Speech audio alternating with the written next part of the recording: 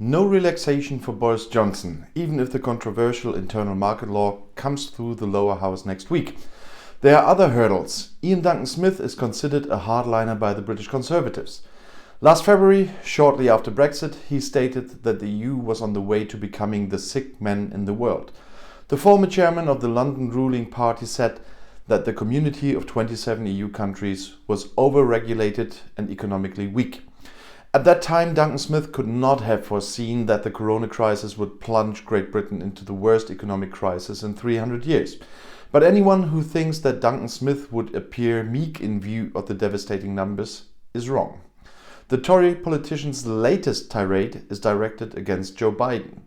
The US presidential candidate had declared that in view of the threatened breach of international law by London, Great Britain could not count on the long-awaited free trade agreement with the US, provided that Biden wins the presidential elections in November. Commenting on this, Duncan Smith said, "We don't need lessons on the peace treaty for Northern Ireland from Mr. Biden. The Good Friday Agreement of 1998 put an end to a decade-long civil war in Northern Ireland and opened borders between Northern Ireland and the rest of the Emerald Isle. In keeping with the Good Friday Agreement, Biden had demanded that Great Britain should prevent a hard border in what was once a civil war region. However, this very principle could be shaken if British Prime Minister Boris Johnson were to bring his controversial single market bill through Parliament. The proposed law, which sparked violent protests from the EU, is in stark contrast to the EU exit treaty that Johnson signed himself. The Single Market Act aims to enable goods and services to be transferred between Britain and Northern Ireland without controls after January 1st, 2021. At this point in time, Great Britain will leave the EU internal market and the customs unions at the end of the current transition phase. However, the current withdrawal agreement allows controls between both sides of the Irish Sea within the UK in certain cases. And the reason is, the exit agreement provides that the rules in the EU internal market continue to apply in Northern Ireland.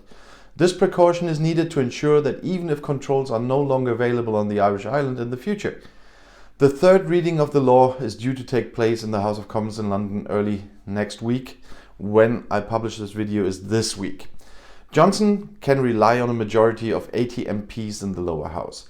But even if the single market bill gets through in the House of Commons, the British Prime Minister will not be able to sit back and relax.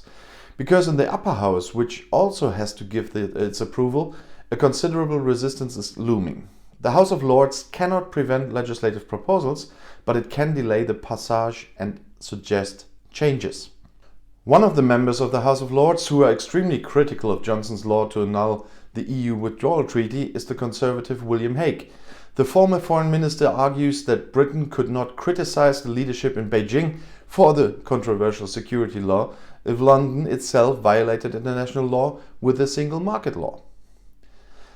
For your information, YouTube just activated membership for my channel.